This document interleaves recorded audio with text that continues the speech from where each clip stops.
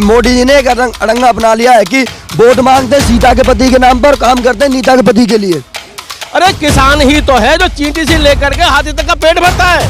वो ऊपर बैठे हुए के पैसा खा लेंगे, पैसे से उनका पेट नहीं भरेगा। रहने को क्या हम मर जाए कहीं, इधर ये हिंडन नदी है इसमें कूद के मर जाए, बैठे भी नहीं यहाँ पे, खाए भी नहीं, खाना नहीं खाया उनकी नजर में, भूखे रहे, वो नहीं खाते हैं क्या? महत्वपूर्ण सवाल है कि वाकई जब अब शिकायतें होती हैं और अधिकारियों तक पहुंचाई जाती है, उनका अब सोल्यूशन नहीं निकलता है तो आगे कैसे निकलेगा? हमारी 2 टूके किसानों कई बार कह चुका, 6 वार्ता चाहे 50 वार्ता कर ले, बिल वापस के बगैर किसान यहाँ से नहीं जाएगा। अब क्या धान जो है, जो धान 4500 4400 का रेट था, वो आज 1500-1600 रुपए में धान लुटा है, उसकी भरपाई कौन करेगा? सब भत्ता में क्यों जा रहा है? सब भत्ता में क्यों जा रहा है? कोई पैसा लूट करके क्यों ले जाता है? उन्हें ये नहीं पता होगी कौन से टाइम पे कौन सी फसल बोनी है, और वो किसान बनने का ढोंग कर रहे हैं। भाई एक बात बताओ, इस दिल्ली के चारों तरफ लगभग किसान पड़ा हुआ है, जब किसान गाँव में है तो यहाँ कौन बैठा है उनकी नजर में?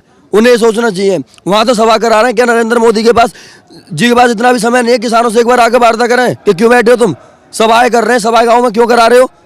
तुम किसान हितैषी इतने बड़े हैं, आके वार्ता करते हैं। सीधी सी बात है, जब हमें किसी चीज़ से फायदा नहीं है और हम नहीं लेना चाहते, चलो तुम्हारी नज़र में उससे फायदा है, जब लेना नहीं चाहते तो आप उसे देख क्यों रहे फायदे के लिए? बिल्कुल। अच्छा आज यहाँ पर हम एक चीज करने वाले हैं। लोग कहते हैं कि आराम से वहाँ पर हैं, इत्मीनान से बैठे हैं, सो रहे हैं, खाने पीने की चीजें मिल रही हैं, तो हम सभी से दरख्वास्त करेंगे कि आज एक एक चीजें आपको दिखाएंगे जा करके कि ये लोग कैसे रह रहे हैं।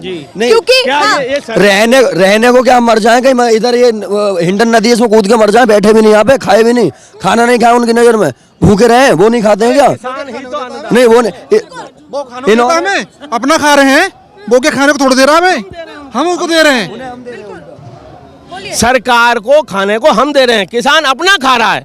अरे किसान ही तो है जो चींटी से लेकर के हाथी तक का पेट भरता है। वो ऊपर बैठे हुए के पैसा खा लेंगे, पैसे से उनका पेट नहीं भरेगा। हमारा अगर किसान खेत में अन्न नहीं उगाएगा तो ये ऊपर बैठे हुए भूखे मर जाएंगे।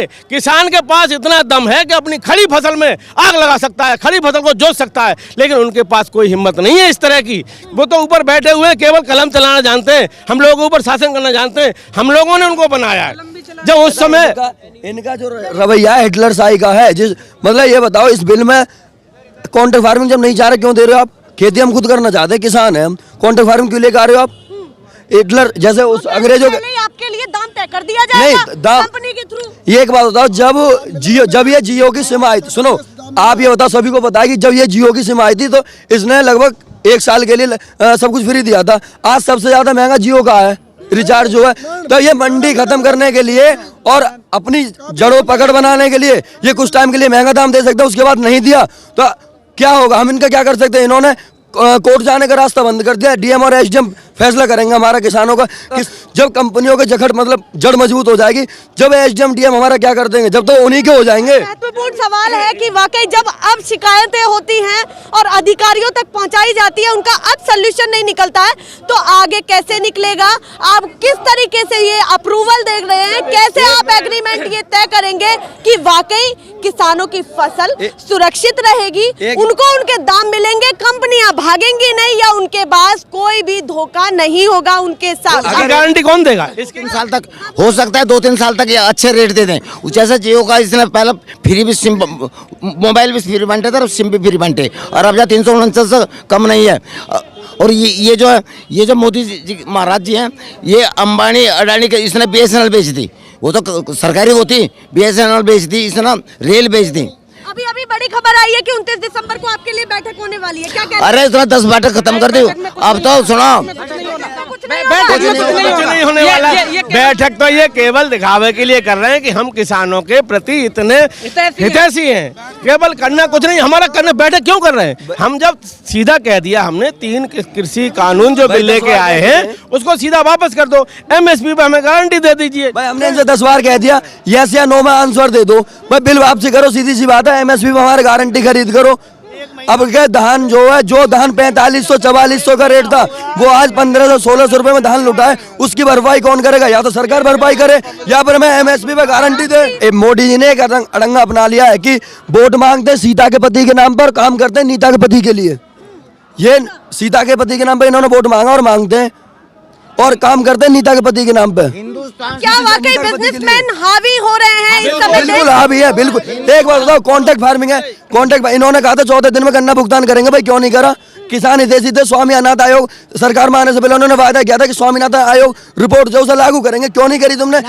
तीन अध्यादेश कब लाए जाते हैं? जब महामारी हो, महामारी कोरोना देश जो कोरोना महामारी जूझ रहा था, किसान फिर भी मजबूत था, खड़ा था, फिर ये अध्यादेश क्यों लेके आए? इतनी क्या इनपावता थी कि ये बिगर बूझे बिगर सलाह करें, ये 3 अध्यादेश लेके आए, भाई क्यों लेके आए तुम? 3 दिन बाद किस्मत का फैसला होने वाला है कि क्या अब किसान के हित में। हमारा सीधा निर्णय है कि हम इस बिल को वापस करा के जाएंगे।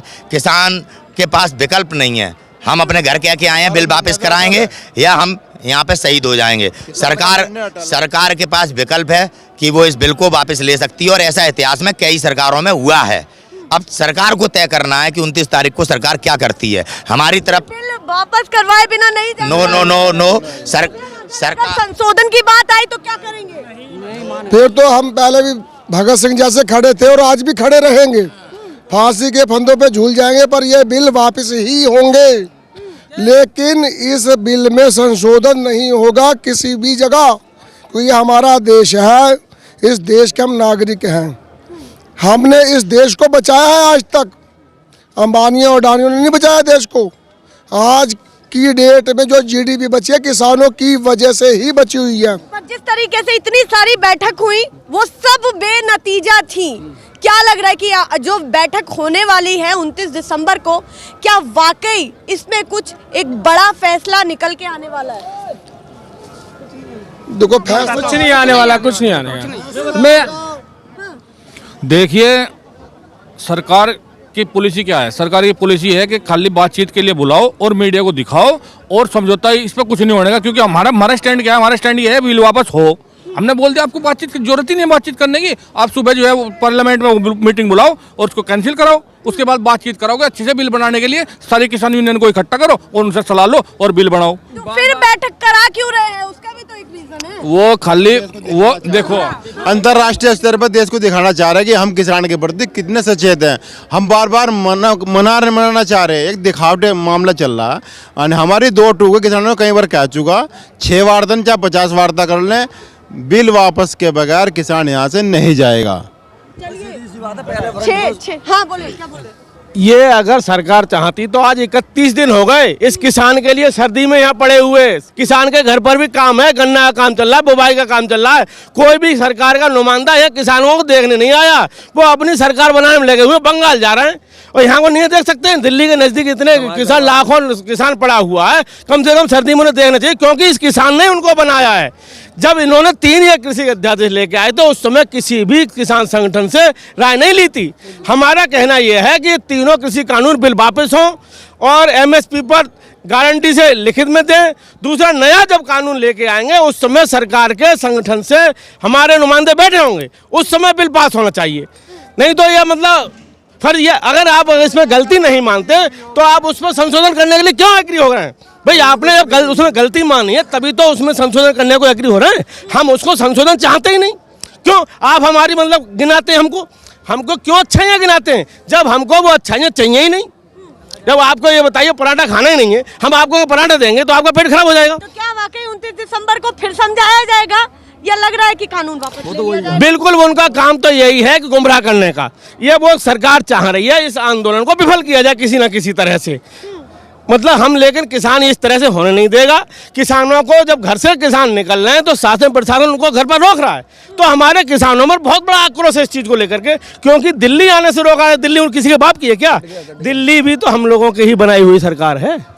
आपके पास चिट्ठी पहुंच गई क्या नरेंद्र सिंह तोमर की, जो उन्होंने अपने कार्यकर्ता के थ्रू घर घर भिजवाई है? घर घर भिजवाई है, वो तो मतलब केवल बीजेपी के ही तो एजेंट हैं। वो जो लोग भिजवा रहे हैं वो बीजेपी के ही एजेंट हैं। जो किसान दिखा रहे हैं कि हम किसानों से वार्ता कर रहे हैं, वो किसान नहीं है, वो बीजेपी के ही लोग हैं। इनको किसान तो यहाँ पड़ा हुआ है, उनको पता है उनके पास जमीन 1 बीघा जमीन नहीं है, वो किसान बने हुए बैठे। ये 607 करोड़ रुपए इसने हिंदुस्तान टाइम्स के 29 अप्रैल में नीरव मोदी, महल मोदी और विजय माल्या के माफ किए। 17-18 में 2017-18 में इसने 73 लाख 100 करोड़ रुपए माफ किए। वो 20 फरवरी के बिजनेसमैन उसमें है। और इसने 90,000 करोड़ रुपए इलेक्शन फंड लिया, RTI नहीं लगा सकते हम, उससे पूछ नहीं सकते। सब भत्ता में क्यों जा रहा है, सब भत्ता में क्यों जा रहा है, कोई पैसा लूट करके क्यों ले जाता है। और इस बीच बड़ी खबर कि 29 दिसंबर को क्या होने वाला है अहम, इन सभी किसानों के हित में अब क्या आने वाला है 29 दिसंबर को, खबरें आपको दिखाते रहेंगे। पर सबसे बड़ी बात ये कि संख्या बढ़ती जा रही है इन किसानों की, ये तो पीछे नहीं हटेंगे, आगे ऐसे ही बढ़ते रहेंगे और ये संख्या भी बढ़ती रहेगी। फिलहाल के लिए नमस्कार।